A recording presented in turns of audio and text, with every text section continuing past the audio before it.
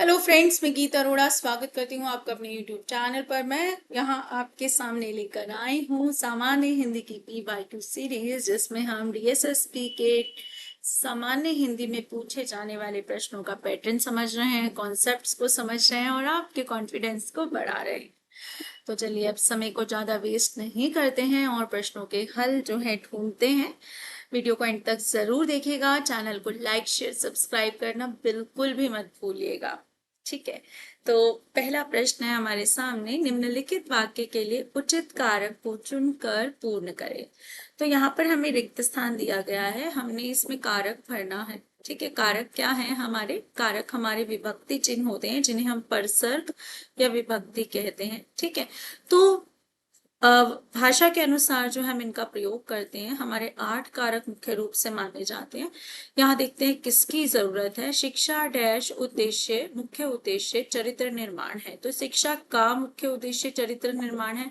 शिक्षा की मुख्य उद्देश्य चरित्र निर्माण है। शिक्षा में, शिक्षा से, तो यहाँ पर क्या ठीक लग रहा है? शिक्षा का।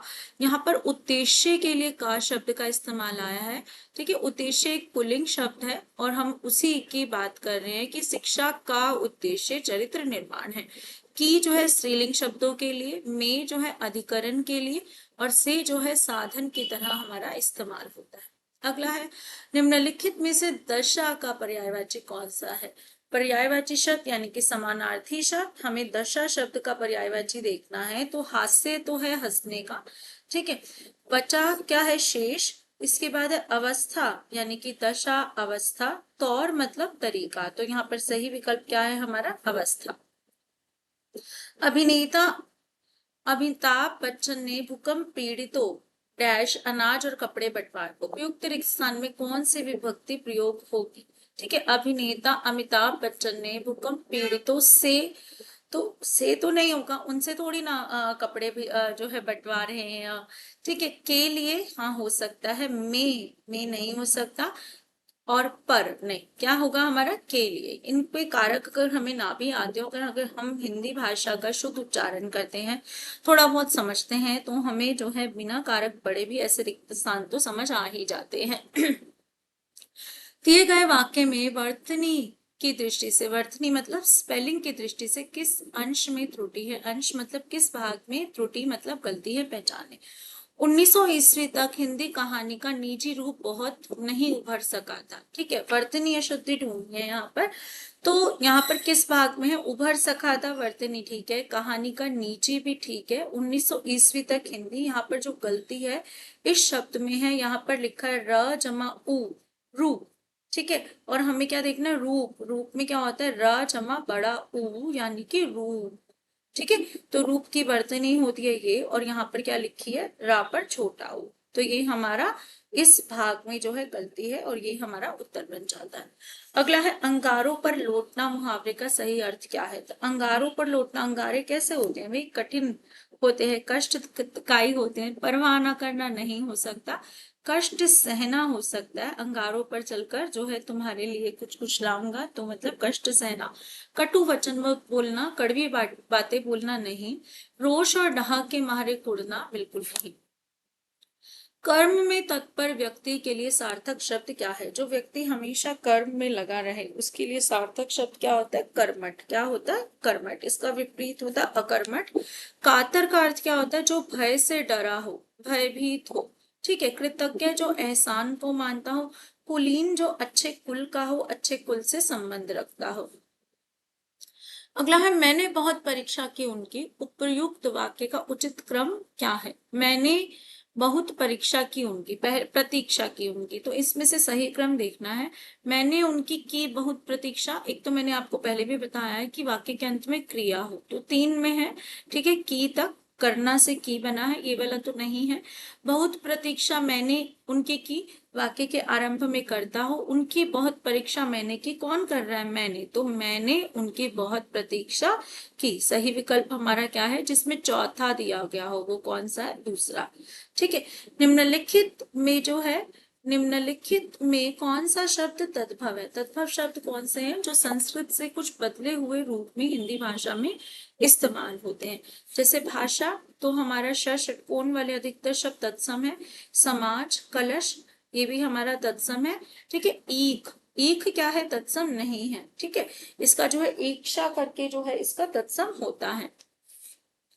जो आकाश में चलता है के लिए हमें शब्द बताना है। आकाश, पर्यटक तो होता है जो पर्यटन करता है, यात्रा करता है। आगत मतलब आया हुआ।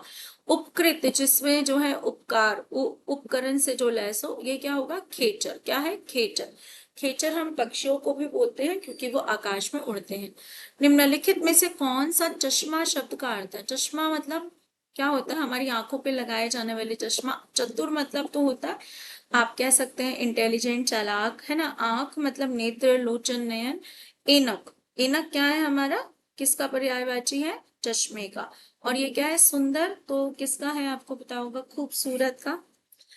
अगला है निम्नलिखित में से कौन सा एक मुहावरा सुमेलित नहीं है? यानी कि मुहावरा दिया है, सामने उसका अर्थ दिया है, कौन सा सही नहीं है? खून सफेद हो जाना, बिल्कुल ठीक। दया भाव ना रह जाना, बिल्कुल ठीक है। ख्याली पुलाव पकाना, व्यर्थ की बातें करना, बिल्कुल ठीक। गंगा नहाना, कठिन कार्य पूरा हो जाना। गंगा लाभ होना, घूमने जाना, नहीं, ये नहीं है। गंगा लाभ होना का मतलब क्या होता है?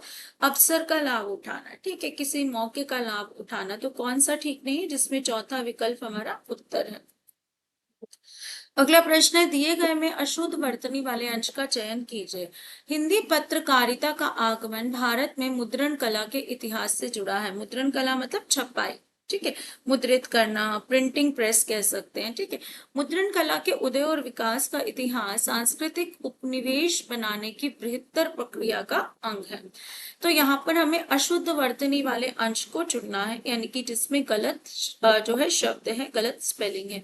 हिंदी पत्रकारिता का आगमन भारत में मुद्रण कला, बिल्कुल ठीक है। यहाँ पर उपनिवेश बनाने की बृहत्तर प्रक्रिया, यहाँ पर जो है गलती है। प्रक्रिया शब्द हमारा प्र और क्रिया, ठीक है, के इतिहास से जुड़ा है। और मुद्रण कला के उदय और विकास का इतिहास सांस्कृतिक, तो गलती किसमें है? हमारी इसमें है, क्योंकि प्रक्रिया शब्द की वर्तनी यहाँ ठीक नहीं है।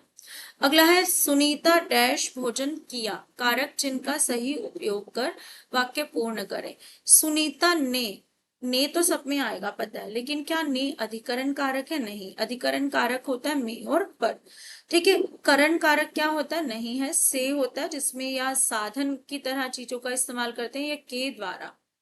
ठीक है। ने संबंध कारक भी नहीं है। संबंध कारक हमारा होता है का, के, की, रा, रे, री, या फिर नाने नी। ठीक है। कर्ता कारक, ठीक है, कर्ता कारक है। सुनीता ने भोजन किया, सुनीता काम करने वाली है, और उसके साथ जो है कर्ता कारक यानी कि ने विभक्ति चिन्ह लगा है। अगला है, गद्यांश के आधार पर प्रश्न का उत्तर दे। भूषण महाराज ने विषय और विशेषता नायक चुनने में बड़ी बुद्धिमत्ता से काम लिया है। शिवाजी और छत्रसाल से महा अनुभवों के पवित्र चरित्रों का वर्णन करने वाले की जितनी प्रशंसा की जाए थोड़ी है। शिवाजी ने एक जमींदार और बीजापुरधीश के नौकर के पुत्र होकर चक्रवर्ती राज्य स्थापित करने की इच्छा को पूर्ण सा कर दिखाया, और छत्रसाल बुंदेला ने जिस समय मुगलों का सामना करने का साहस किया, उस समय उसके पास केवल 5 सवार और 25 पैदल थे। इसी सेना से इस महानुभाव ने दिल्ली का सामना करने की हिम्मत की और मरते समय अपने उत्तराधिकारियों के लिए 2 करोड़ वार्षिक मुनाफे का स्वतंत्र राज्य छोड़ा। ठीक है। तो यहाँ पर जो है छत्रसाल बुंदेला और जो है शिवाजी का वर्णन है। यहाँ पर प्रश्न है कि बुद्धिमत्ता शब्द का अर्थ क्या है? बुद्धिमत्ता का अर्थ बताना है। तो बुद्धिमत्ता क्या होती है? दूरदर्शिता का सृजन, बिल्कुल ठीक। जब बुद्धिमत्ता आती है तो हम दूर की अच्छे से सोचते हैं। उपलब्धि के लिए इच्छा नहीं, उपलब्धि के लिए इच्छा कैसे हो सकता है कि हमें कुछ पाना है उसकी इच्छा करना, नहीं। ज्ञान की प्राप्ति बुद्धिमत्ता नहीं है, ज्ञान बोध होता है वो शब्द के लिए। आत्मविश्वास दिखाना नहीं, तो दूरदर्शिता का सृजन होना बुद्धिमत्ता को दर्शाता है। ठीक है, कि उसे जो है उसमें इतनी बुद्धि आ गई है तभी वो आगे का सोच सकता है।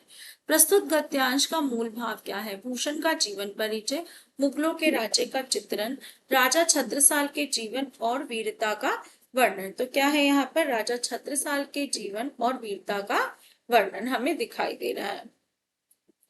प्रस्तुत गद्यांश की संरचना क्या है, क्या ये कविता है, कहानी है, ग्रंथावली है या नाटक है। तो ये किसी ग्रंथ का हिस्सा लिया गया है, नाटक तो नहीं है, संवाद होते हैं, ठीक है, कहानी होती तो शिक्षा होती, अंत होता, ठीक है, और इसमें तो रियल कैरेक्टर्स हैं, कविता तो बिल्कुल नहीं है, तो ये किसी ग्रंथ का लिया हुआ हिस्सा है।